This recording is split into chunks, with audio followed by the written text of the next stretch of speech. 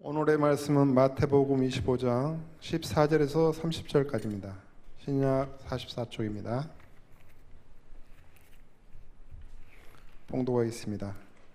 또 어떤 사람이 타국에 갈 때 그 종들을 불러 자기 소유를 맡김과 같으니 각각 그 재능대로 한 사람에게는 금 5달란트를, 한 사람에게는 2달란트를, 한 사람에게는 1달란트를 주고 떠났더니 5달란트 받은 자는 바로 가서 그것으로 장사하여 또 5달란트를 남기고 2달란트 받은 자도 그같이 하여 또 2달란트를 남겼으되 1달란트 받은 자는 가서 땅을 파고 그 주인의 돈을 감추어 두었더니 오랜 후에 그 종들의 주인이 돌아와 그들과 결산할세 5달란트 받았던 자는 5달란트를 더 가지고 와서 이르되 주인이여 내게 5달란트를 주셨는데 보소서 내가 또 5달란트를 남겼나이다.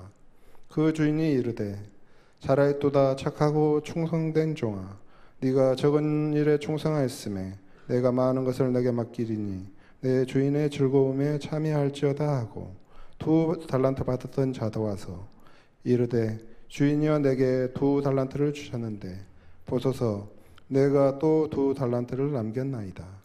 그 주인이 이르되 잘하였도다 착하고 충성된 종아 네가 적은 일에 충성하였음에 내가 많은 것을 내게 맡기리니 내 주인의 즐거움에 참여할지어다 하고 1달란트 받았던 자는 와서 이르되 주인이여 당신은 굳은 사람이라 심지 않은 데서 거두고 해치지 않은 데서 모으는 줄 내가 알았으므로 두려워하여 나가서 당신의 달란트를 땅에 감추어 두었나이다.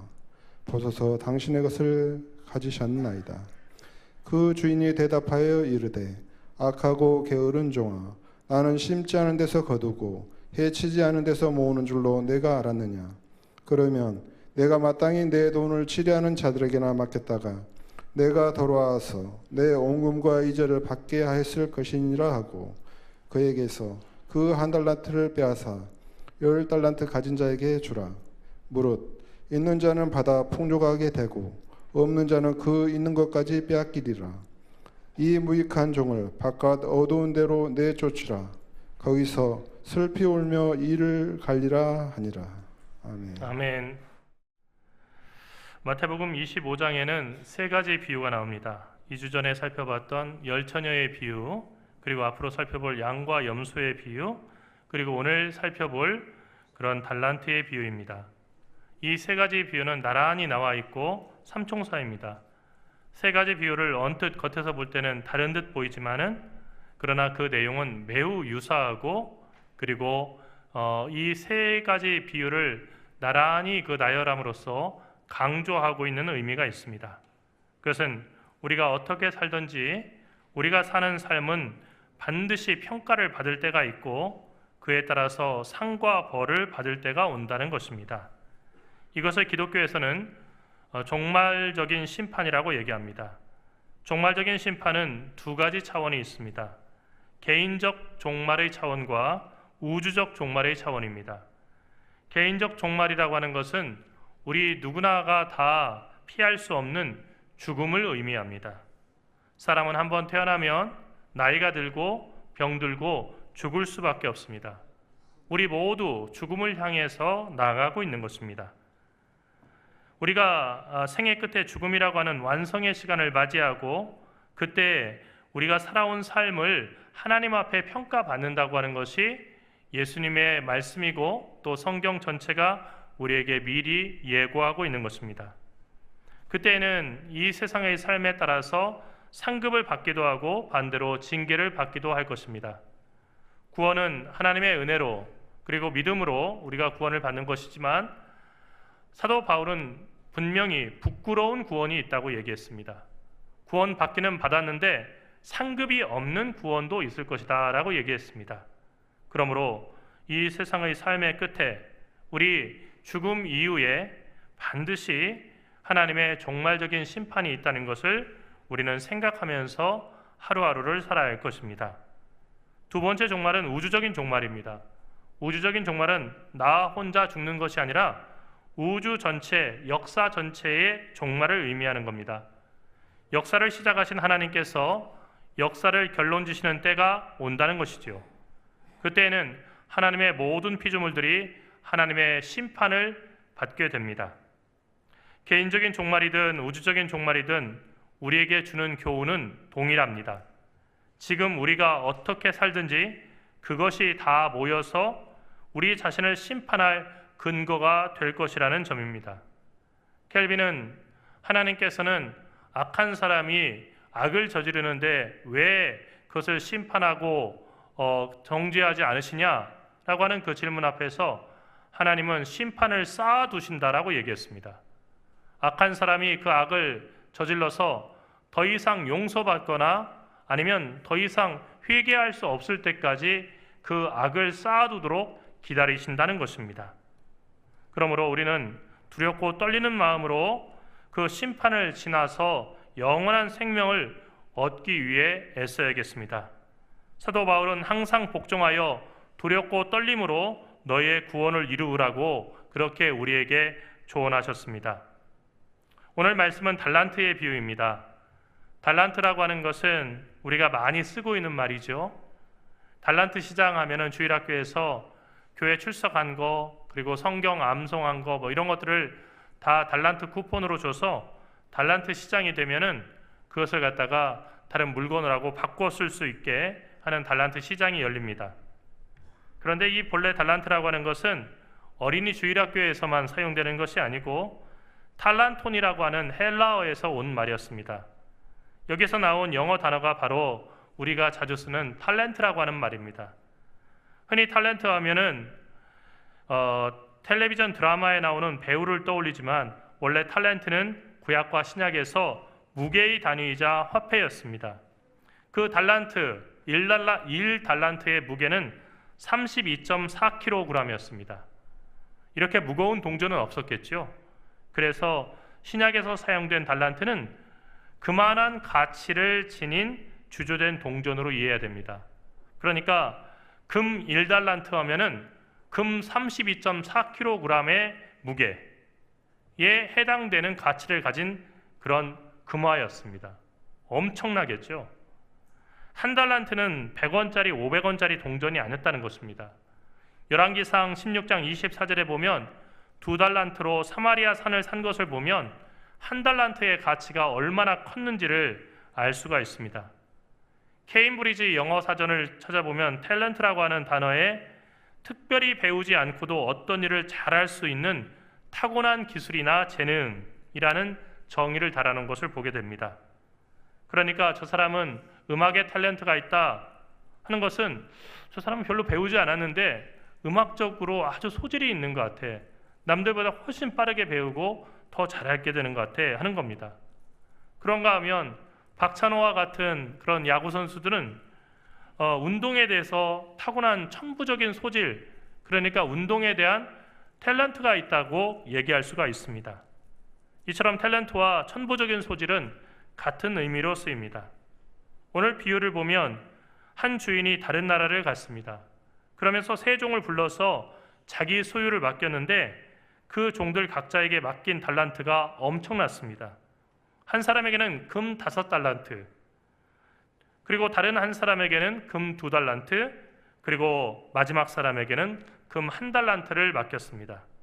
그러니까 총 8달란트니까 금 8달란트면 한 달란트가 32.4kg의 금이라고 생각하면 얼마나 엄청난 재산을 그 종들에게 맡겼는지를 알 수가 있습니다. 그런데 그렇게 맡긴, 그러니까 각 사람에게 다르게 차별화해서 맡긴 이유를 제시하고 있는데 그것은 15절에 나오는 말씀처럼 각각 그 재능대로입니다. 맡겼는데 똑같이 맡긴 것이 아니라 각각 그 재능에 따라서 그 금을 나누어서 맡겼다는 것입니다. 그러니까 세 명의 종은 각각 재능이 다르고 그리고 활용할 수 있는 분야가 달랐다는 것이죠. 똑같이 나눠주는 것이 평등 같지만 각각의 재능에 따라서 맡기는 것이 진정한 평등입니다. 여러분의 가정에 초등학생 자녀와 대학생 자녀가 함께 있다라고 생각합시다. 늦둥이 초등학생 자녀가 있는데, 그런데 집을 이사한다고 해서 똑같은 무게의 짐을 초등학교 3학년짜리에게도 메우고 지게 하고, 그리고 대학교 3학년짜리한테 똑같은 짐을 지게 한다고 한다면 그것을 평등이라고 할 수 있겠습니까? 아마 대학생은 어느 정도 가볍게 그 짐을 지고 갈 수 있겠지만 초등학생 자녀는 그 짐 때문에 걷지도 못할 수도 있을 겁니다. 그러니까 진정한 평등이라고 하는 것은 초등학생은 초등학생대로, 대학생은 대학생대로 그 나이와 그 체력과 능력에 맞는 짐을 지게 하는 것이 진정한 평등입니다. 우리가 이 달란트의 비유에서 주인이 달란트를 3명의 종에게 나란히 맡겼던 것처럼 교회 안에도 다양한 직분이 있습니다. 고린도전서 12장에서 사도 바울은 은사는 여러 가지나 성령은 같고, 직분은 여러 가지나 주는 같으며, 또 사역은 여러 가지나 모든 것을 모든 사람 가운데서 하시는 하나님은 같으니 라고 말했습니다. 그러니까 성령과 성자와 그리고 성부 하나님은 다 같고, 그런데 그 같은 하나님을 섬기는 그 교회 안에서 은사와 사역과 그리고 직분은 여러 가지일 수 있다, 이렇게 설명을 한 거죠.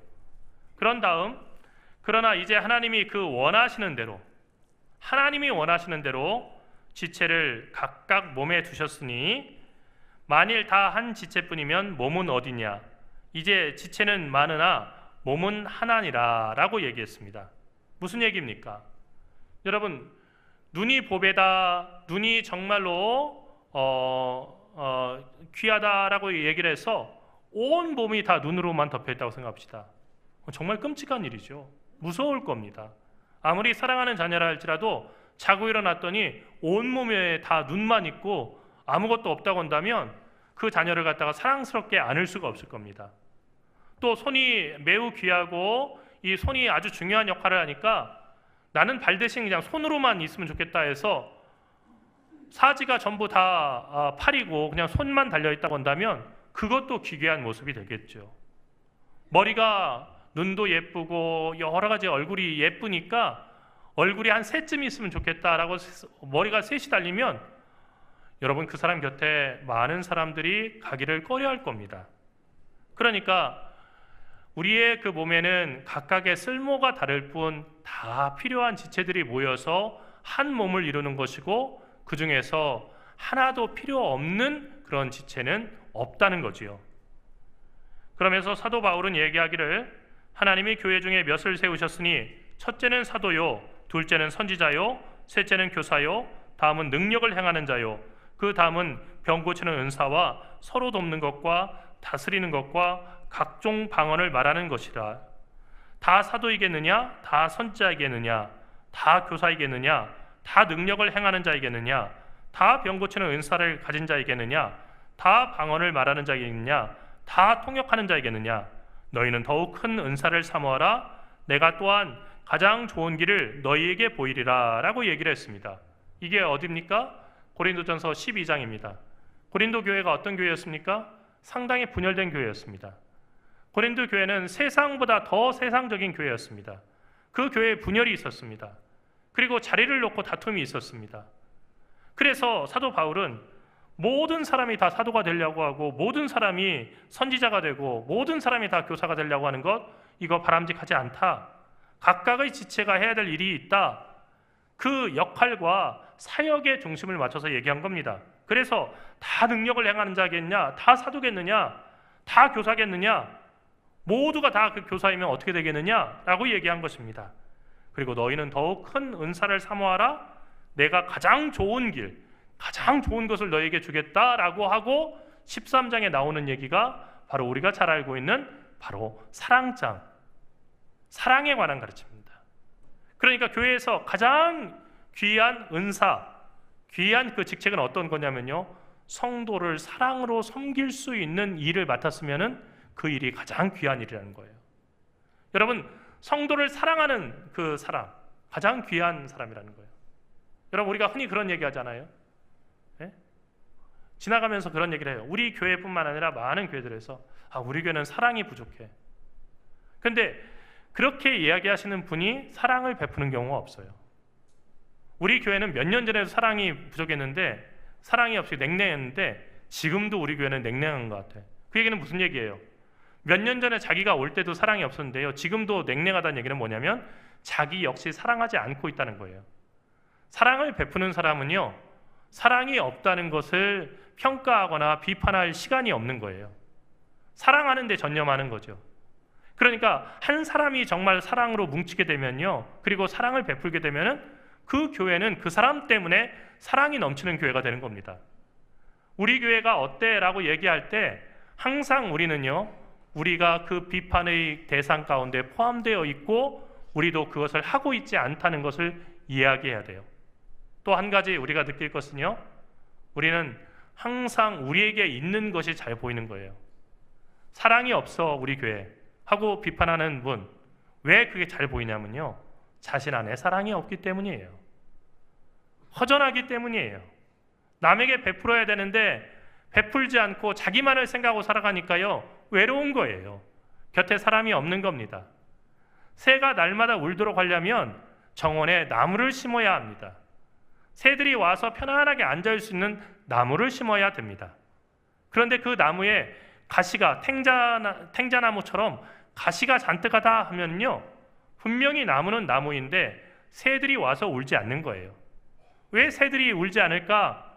새들이 노래하지 않아. 정말로 왜 이렇게 우리 교회는 이렇게 노래가 없는지 모르겠어. 그것은 내가 혹여 탱자 가시나무가 되고 있는 것은 아닌지 생각해 봐야 한다는 얘기입니다. 내가 달라지고 내가 하나님의 사랑을 실천하는 사람이 되면 그러면 교회는 달라지게 되는 겁니다. 누가 몇 달란트를 맡았는가, 이것이 중요한 것이 아닙니다. 마찬가지로 교회 안에서 어떤 직분을 맡았는가 하는 그 타이틀이 중요한 것이 아닙니다. 교회의 모든 직분은 역할일 뿐 권세가 아닙니다. 오늘 달란트의 비유에서 주인은 종들에게 각각 금 5달란트, 2달란트, 1달란트를 맡겼지만 앞서 말씀드린 것처럼 금 1달란트도 결코 하찮은 물질이 아닙니다. 앞서 말씀드린 대로 1달란트가 32.4kg이니까 제가 우리나라 금 시세 인터넷에서 찾아서 계산을 해보니까 32.4kg이면 이틀 전 시세로 53억 7,400만 원에 해당되는 그런 금입니다. 여러분, 결코 적은 것이 아니지요. 이것이 너무 적어서 쓸데없다라고 얘기할 사람은 없을 것입니다. 정말 중요한 사실은 주인은 새 종들에게 전부 다 귀한 재산을 믿고 맡겼다는 것이고, 그리고 갑자기 돌아와서 그 종들과 결산했다는 것입니다. 우리가 세상에서 보내는 시간은 반드시 언젠가 하나님 앞에서 결산할 그때를 위한 것입니다.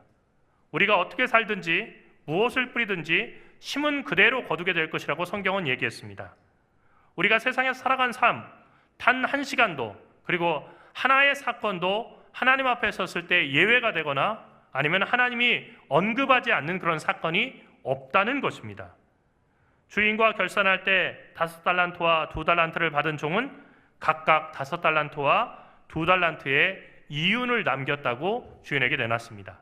그러니까 5달란트 받았던 종은 10달란트를 내놓으면서 주인이시여, 맡기신 5달란트를 제가 2배로 불렸습니다. 10달란트 여기 있습니다. 엄청난 거죠. 2달란트 맡았던 그 종도 제가 이렇게 2배를 남겼습니다. 4달란트입니다. 하고 그렇게 주인에게 자랑스럽게 내놨습니다. 그런데 종이 두 종을 칭찬할 때, 주인이 두 종을 칭찬할 때 5달란트 남긴 그 종에게 더 많은 칭찬을 주고 2달란트를 남긴 종에게는 너는 2달란트밖에 안 됐으니까 하고 덜 칭찬한 게 아니고, 성경 말씀을 읽게 되면요, 정말로 기가 막히게 원문에서도 그렇고 번역본에서도 그렇고 단 한 글자도 틀리지 않고 똑같은 칭찬합니다. 착하고 충성된 종아, 내가 적은 일에 충성하였음에 내가 많은 것을 내게 맡기리니 내 주인의 즐거움에 참여할지어다 하고 칭찬했다는 거예요. 주인에게는 5달란트도 2달란트도 적은 것뿐이었습니다. 주인이 정말 중요하게 본 것은 종들이 얼마를 맡아 관리했는가, 얼마나 그 폭이 큰 사람인가가 아니라 자신에게 맡겨진 것을 얼마나 착하고 충성되게 관리해서 그 맡긴 돈을 주인에게 내어드렸는가 하는 그 충성과 성실함에 있었습니다. 주인은 맡긴 돈이나 남긴 이윤이 얼마냐에 따라서 차별을 두지 않고 다만 각각에게 맡겨진 그 달란트를 얼마나 착하고 충성되게 관리했느냐에 따라서 이 5달란트와 2달란트 받은 종을 진심으로 칭찬하고 축복해 주었습니다. 그런데 마지막으로 1달란트 받은 종은 주인에게 심한 책망을 받았습니다. 뭐라고 이 종을 불렀냐면요, 악하고 게으른 종아라고 불렀습니다. 앞에 두 종들을 가리키면서 착하고 충성된 종아라고 불렀던 것에 정반대죠. 그리고 나서 이 무익한 종을 바깥 어두운 데로 내쫓으라, 거기서 슬피우며 이를 갈리라 라고 하는 엄청난 이야기를 다른 종들에게 명령했습니다. 여러분, 이 마지막 종이 왜 주인에게 심한 책망을 받았습니까? 이윤을 남기지 않았기 때문입니까? 그것은 바로 그 주인을 굳은 사람으로 보고, 그러니까 주인은 이런 사람일 것이다 생각해서 심지 않은 데서 거두고 뿌리지 않은 데서 정말로 얻으려고 하는 사람이다 라고 생각을 하면서 정작 아무것도 하지 않고 주인이 준 달란트를 그대로 땅에 감추어 두었기 때문에, 다시 말해서 땅에 묻어 두었기 때문에 이 종이 그런 책망과 그리고 심한 저주를 받은 것입니다. 그러니까 1달란트 받은 종이 주인의 책망을 받은 것은 그 돈을 2배로 불리지 못했다고 해서가 아닙니다. 이윤을 남기지 못했기 때문에 이렇게 주인에게 책망을 받은 게 아닙니다. 다만 주인이 믿고 맡겨줬는데 그 주인에 대해서 심하게 오해하고 주인이 맡겨준 달란트로 아무 일도 하지 않았기 때문에 이렇게 심한 책망을 받은 것입니다. 우리는 모두 하나님으로부터 달란트를 받았습니다. 그 증거는 뭐냐면 우리가 교회로 모여 있다고 하는 이 사실 자체입니다. 교회는 에클레시아스테스, 그러니까 부름받은 사람들의 모임입니다. 우리가 다 부름을 받았다는 거예요. 그런데 부름받은 사람들에게는 다 그 부름의 목적이 있어요. 다 각각의 역할이 있다는 겁니다. 여러분들의 자녀들이 군대에 가지 않습니까? 군대에 가서 어떤 보직을 맡을까 여러분들이 많이 관심을 가지시죠? 자녀를 보내면요, 어려운 보직은 아니어야 할 텐데 하는 걸 맡기잖아요. 대부분은 뭘로 갑니까? 육군 보병으로 많이 갑니다. 그래서 전투병으로 가서 흔히 소총수라고 이렇게 부르는데 전투병으로 이렇게 가게 되는 겁니다. 소총수는 정말 다양한 일을 하게 되죠. 아마 여기 남자 성도분 가운데 대부분은 그렇게 소총수 역할을 했을 거예요. 그런데 군대에 그것만 있냐면요, 전차 조종수, 장갑차 조종수도 있어요. 후반기 교육을 통해서 전차, 장갑차 조종하는 것도 훈련을 받아야 됩니다. 이런 그 보직도 있어요. 또 행정병도 있습니다. 그런데 여러분, 군대의 보직 가운데요, 물관리병이라고 하는 그 보직이 있는 거 아세요? 물관리병.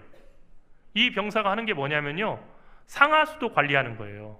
하수 막히면요, 가서 왜 막혔나 그거 뚫고요, 그리고 그거 살펴보고요, 공사 같은 것도 이렇게 할 때 옆에서 감독도 하고, 그리고 상수도, 부대에 들어오는 그 상수도에 이상이 없는지 저수조 그도 살펴보고, 그리고 물질도 살펴가지고 관리하는 거예요. 여러분, 물관리병 하면 별로 이렇게 주목받는 자리 아닙니다. 그리고 항상 전투화가 물로 젖어 있어요. 그리고 옷도 젖어 있습니다. 제가 초임 군종 목사로 일할 때 중위 계급장을 달고서 배치받아서 갔는데 저희 교회 군종병이 아닌 한 병사가 항상 와 있어요. 누군가 그러니까 물관리병이에요. 근데 얘는 잠깐 그 교회에 들려와서 앉아 있다가 또 추운 겨울에도 가서 물이 얼었나 이런 거 살펴보고 계속 그렇게 하는 거예요. 손이 늘 그냥 서 있습니다. 제가 크림도 주고 그랬어요. 그런데 사실 이 물관리병이 없다고 한다면 대대 병력들이 어떻게 일상생활을 할 수 있겠습니까? 교회도 역시 마찬가지예요. 교회에도 다양한 직분이 있는 겁니다. 그리고 다양한 달란트가 있는 거예요. 이 달란트들은 우리의 삶을 통해서 이루어야 할 하나님의 뜻이고 하나님의 능력입니다. 우리는 무슨 일을 하든지 주님께 하듯 하고 사람에게 하듯 하지 말아야 합니다. 주님께서 우리에게 맡기신 달란트를 최선을 다해서 활용해서 주님을 기쁘시게 하는 것이 우리의 믿음 생활의 전부입니다. 그리고 제대로 신앙생활하고 제대로 교회 생활하는 사람입니다. 그것이 직업이든 공부이든 우리는 받은 달란트로 최선을 다해서 주님을 기쁘시게 하고 그리고 우리의 이웃들과 성도들을 섬겨야 합니다. 하나님은 그리스도를 머리로 삼은 교회를 섬기라고 우리에게 달란트를 맡기셨습니다. 그것은 각자의 재능에 따라서 맡기신 거죠. 교회의 모든 직분은 앞서 말씀드린 물관리병이 별로 주목받지 못하지만 부대 가운데서 꼭 필요한 역할을 감당하고 있는 것처럼 다 소중하고 귀한 것입니다. 하찮은 직분은 하나도 없습니다. 다만 하나님께서 맡기신 귀한 직분을 하찮고 소홀하게 감당하는 사람이 있을 뿐입니다. 초대교회 당시에는 직분보다 은사를 갖고 있거나 봉사의 기능을 가진 사람들이 교회의 주된 일꾼이었습니다. 그러니까 어떤 직책을 가지고 있냐 이것이 중요한 것이 아니었고 그 사람에게 주신 은사가 무엇이냐에 따라서 그 은사대로 교회를 섬기는 역할을 했습니다. 그러니까 직책을 임명받은 사람이 교회의 일꾼이 아니라 교회를 섬기고 봉사하는 사람이 일꾼이라고 믿었던 것입니다. 사실 초대교회에는 사도 이외에도 많은 성도들이 있었지만은 사도 이외의 모든 성도들은 모두가 평등한 지체들이었습니다. 물론 선지자와 교사와 감독, 장로, 집사가 있었다고 하지만 이들은 모두 요즘으로 말하면 목사였습니다. 그러니까 한 사람을 부르는 호칭이 아니라 목회자의 다양한 기능에 관한 이름이 선지자, 교사, 감독, 장로, 집사였던 것입니다. 예를 들어서 바울은 선지자인 동시에 교사였고 사도였던 셈이죠. 초대교회 때 사용하던 직분의 이름이 오늘날 현대교회 안에 있는 직분의 이름과 같다 하더라도 그 역할은 다릅니다. 예를 들어서 스테반 집사라 하면은 서리 집사, 그냥 일반 그 안수 집사가 아니고요. 이 사람은 말씀을 전했던 사도와 같은 역할을 감당했던 것을 알게 됩니다. 하지만 세월이 지나도 변치 않는 한 가지는 교회 안에 있는 모든 직분은 하나님께서 맡기신 봉사와 섬김의 역할이라는 것입니다. 그리고 하나님께서는 마지막 심판 때 우리가 살아온 삶을 결단하면서 우리가 세상에서 교회에서 어떤 직분을 맡았는가로 우리를 판단하지 않으신다는 사실입니다. 다만 우리가 주님의 몸된 교회를 위해서 어떻게 봉사하고 섬겼는가, 우리가 하나님께서 주신 사명을 어떻게 감당했는가로 우리를 판단하실 것이라는 것입니다. 사실 한국 교회는 유독 직분에 집착하는 교회입니다. 교회를 다닌 지 몇 년이 되면 반드시 서리 집사가 돼야 된다는 그 법이 우리 교단 헌법 어디에도 없습니다. 그런데 3년이 됐는데도 서리 집사를 안 주면 내가 뭔가 잘못됐나? 아니면 저 사람이 무슨 흠이 있나? 왜 서리 집사도 안 주지? 서리 집사는 3년 되면 다 주는 것인데. 그래서 그 사람의 신앙의 고백이나 믿음의 분량과 상관없이 무조건 그냥 3년 지나면 2년 지나면 서리 집사가 되는 것입니다. 그로부터 몇 년이 지나면 권사가 되고 안수 집사가 되고 그로부터 몇 년이 지나면 장로가 되어야 제대로 인정받았다라고 생각하는 분이 많습니다. 이 모든 것은 우리 한국교회는 익숙한 생각이라 할지라도 성경이 우리에게 가르치는 그리스도의 삶의 자세와는 정반대이고 그리고 하나님의 뜻과는 완전히 상반되는 일입니다. 우리가 이 세상에서 하나님의 일을 한다고 해서 사람들로부터 칭송받고 인정받고 칭찬을 받게 되면 하나님 앞에 설 때 받을 상급이 없다는 것이 예수님의 가르침입니다. 우리는 모두 찬송가의 가사가 이야기하듯이 이름 없이 빚도 없이 감사하며 주만 섬겨야 합니다. 직분이라는 것이 우리에게 주어질 수도 있고 그렇지 않을 수도 있습니다. 직분을 받았다고 해서 마지막 때 무조건 칭찬받는 것도 아니고 직분이 없이 이름 없이 빚도 없이 주님을 섬겼다고 주님이 모르시는 것도 아닙니다. 칼 바르트라고 하는 독일의 신학자들은 목사들이여 당신들은 가장 축복받은 사람들이다. 죄인인 인간이 하나님의 말씀을 전할 수 있는 직분을 받았으니 가장 축복받은 그런 사람들이다 라고 얘기를 했습니다. 그리고 그 뒤에 바로 이어서 목사들이여 당신들은 가장 큰 저주를 받은 그런 존재들이다. 하나님의 말씀을 잘못 전할 때 당신들이 받을 그 벌이 너무나 크기 때문에 당신들은 저주받은 존재들이다 라고 얘기를 했습니다.